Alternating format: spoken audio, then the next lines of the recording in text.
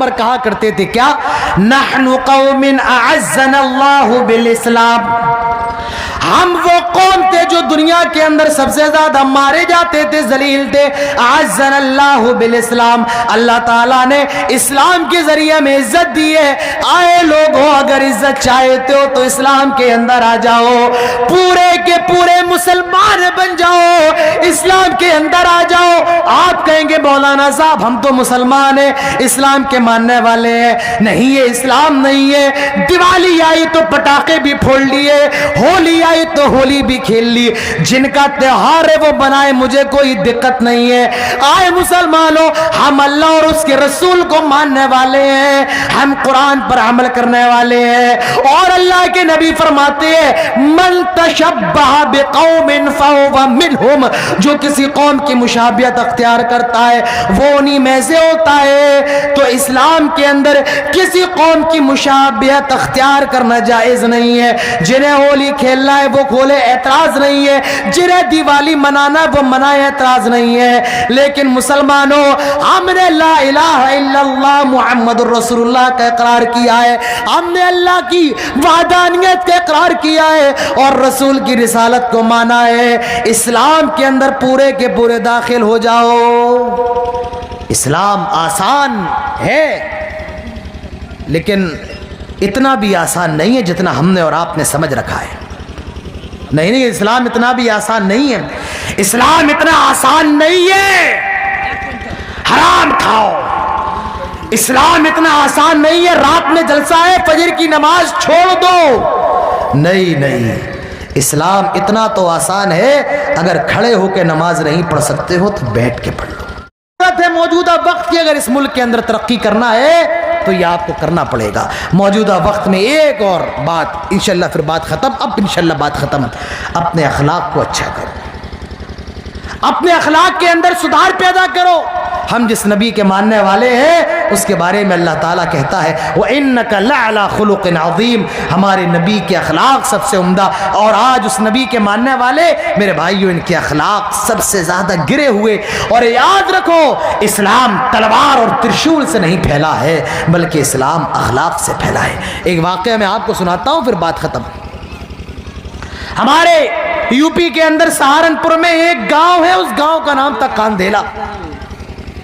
کاندھیلا کے اندر ایک زمین تھی، ہندو کہتے تھے یہ زمین ہماری ہے اور مسلمان کہتے تھے یہ زمین ہماری ہے۔ انگریزوں کی حکومت تھی، مسلمانوں کا دعویٰ یہ تھا یہ زمین ہماری ہے، اور ہندوؤں کا دعویٰ تھا یہ زمین ہماری ہے۔ نہ مسلمانوں کے پاس کوئی ثبوت تھا، نہ ہندوؤں کے پاس کوئی ثبوت تھا، دونوں لڑتے جھگڑتے تھے۔ انگریزوں کی حکومت تھی، جج بڑا پریشان تھا، دونوں کے پاس ثبوت نہیں ہے، کس کے حق میں فیصلہ کر دوں؟ جج نے مسلمانوں سے پوچھا کیا تمہاری نظر میں کوئی ایسا آدمی ہے جو اس زمین کے بارے میں گواہی دے اور تم اس کی گواہی مان لو؟ مسلمانوں نے کہا نہیں، ہماری نظروں میں تو کوئی نہیں ہے۔ ہندوؤں سے کہا کیا تمہاری نظروں میں کوئی ایسا ہے جو اس زمین کے بارے میں گواہی دے اور تم اس کی گواہی کو مان لو؟ کہا ایک مسلمان چچا، ایک مسلمان بزرگ ہیں اور وہ بڑے سچے ہیں، وہ کبھی جھوٹ نہیں بولتے، اس زمین کے بارے میں وہ جو بھی گواہی دیں گے ہم ان کی گواہی مان لیں گے۔ جج نے ہندوؤں کو بلایا، مسلمانوں کو بلایا، اور اس بزرگ کو بھی عدالت میں لایا گیا، کٹرے میں کھڑا کر دیا گیا۔ ہندو بھی موجود ہے، مسلمان بھی موجود ہے۔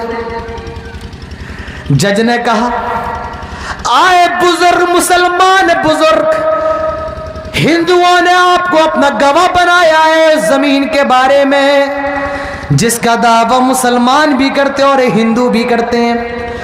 آپ کو ہندوؤں نے گواہ بنایا ہے، آپ اس زمین کے بارے میں جو گواہی دیں گے ہم آپ کی گواہی مان لیں گے۔ سچ سچ بتائیں یہ زمین کس کی ہے؟ ہندوؤں کی ہے، مسلمانوں کی کس کی ہے؟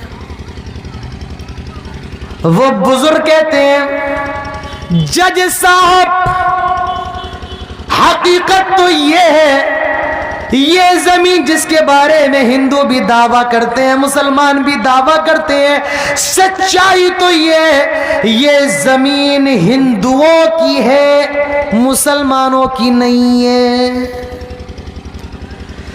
جج صاحب حقیقت یہ ہے یہ زمین مسلمانوں کی نہیں، ان کا دعویٰ غلط ہے، جھوٹا ہے، یہ زمین ہندوؤں کی ہے۔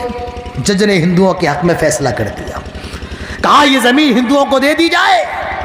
میرے بھائیو دلوں کا پلٹنے والا اللہ ہے، کب کیسے دلوں کو پلٹ دے کوئی نہیں جانتا ہے۔ جو ہندو عدالت کے اندر موجود تھے وہ سوچتے ہیں اگر یہ مسلمان یہ کہہ دیتا یہ زمین مسلمانوں کی ہے تو کیا چلا جاتا، لیکن یہ پکا مسلمان ہے، صحیح مسلمان ہے، اسلام پر عمل کرنے والا ہے، جب یہ اتنا سچا ہے تو اس کا مذہب کتنا سچا ہوگا۔ اللہ نے ان کے دلوں کو پلٹ دیا اور سارے لوگوں کو ہدایت دے دی، اور اسی عدالت میں انہوں نے اسلام قبول کر لیا۔ جو مندر جو اپنی جگہ کے لیے لڑنے آئے تھے سارے لوگ اسلام لے آئے اور یہ اعلان کر دیا اشہد ان لا الہ الا اللہ واشہد ان محمدن عبدہ ورسولہ۔ میرے بھائیو اس عدالت کے اندر مسلمان تو ہار گئے لیکن اسلام جیت گیا، مسلمان ہار گئے اسلام کی صداقت جیت گئی، مسلمان ہار گئے اس بزرگ کا اخلاق جیت گیا۔ آئے لوگ ہو اپنے اندر اخلاق پیدا کرو، کامیاب ہو جاؤ گے۔ اسلام کے اخلاق کے ذریعے ہی اسلام پھیلا ہے، نہ تلوار سے نہ خنجر سے مارا بھی تو اخلاق کی تلوار سے مارا، اور ہمارے نبی نے تو یہی فرمایا تھا بعثت لأتمم مکارم الاخلاق، میں اخلاق کو پھیلانے کے لیے آیا ہوں۔ تو میرے بھائیو موجودہ وقت میں ہمیں کرنا کیا ہے اور ہماری ذمہ داری کیا ہے، یہ دونوں چیزیں میں نے آپ کے سامنے رکھ دی ہیں۔ مجھے بولنا تو 2 بجے تک تھا، 2 بج کر تقریباً 20 منٹ ہونے والے ہیں، میرا وقت میں نے خود ذاتی طور پر وقت زیادہ لے لیا، میں انہی باتوں کے ساتھ اپنی بات ختم کرتا ہوں۔ اور سوال کوئی آیا تھا، ایک سوال تھا اگر کوئی عورت کسی کی زوجیت میں ہے اور اس کے ماں باپ کسی اور جگہ اس عورت کو دکھائیں رشتے کی نیت سے، تو شریعت میں اس معاملے میں کیا حکم، شریعت نے اس معاملے میں کیا حکم سنایا ہے؟ اب پہلا معاملہ تو یہ ہے کسی نتیجے پر پہنچنے سے پہلے یہ دیکھا جائے گا کہ وہ عورت اپنے شوہر کے درمیان زوجیت میں ہے کس انداز میں ہے، کیا وہ دونوں جدا جدا رہتے ہیں، اور اگر جدا ہیں تو کتنے سالوں سے ہیں، کتنے مہینے سے ہیں، پھر اس چیز کو دیکھ کر کے فیصلہ کیا جائے گا۔ اور اگر وہ دونوں ساتھ میں رہتے ہیں، لڑکا لڑکی دونوں راضی ہیں، اور ماں باپ اگر ایسا کر رہے ہیں تو اس کی کیا وجہ ہے اس کو بھی دیکھا جائے گا۔ تو اس سوال کا سب سے بہترین جواب جو میں سمجھتا ہوں وہ یہاں کے علماء دیں گے۔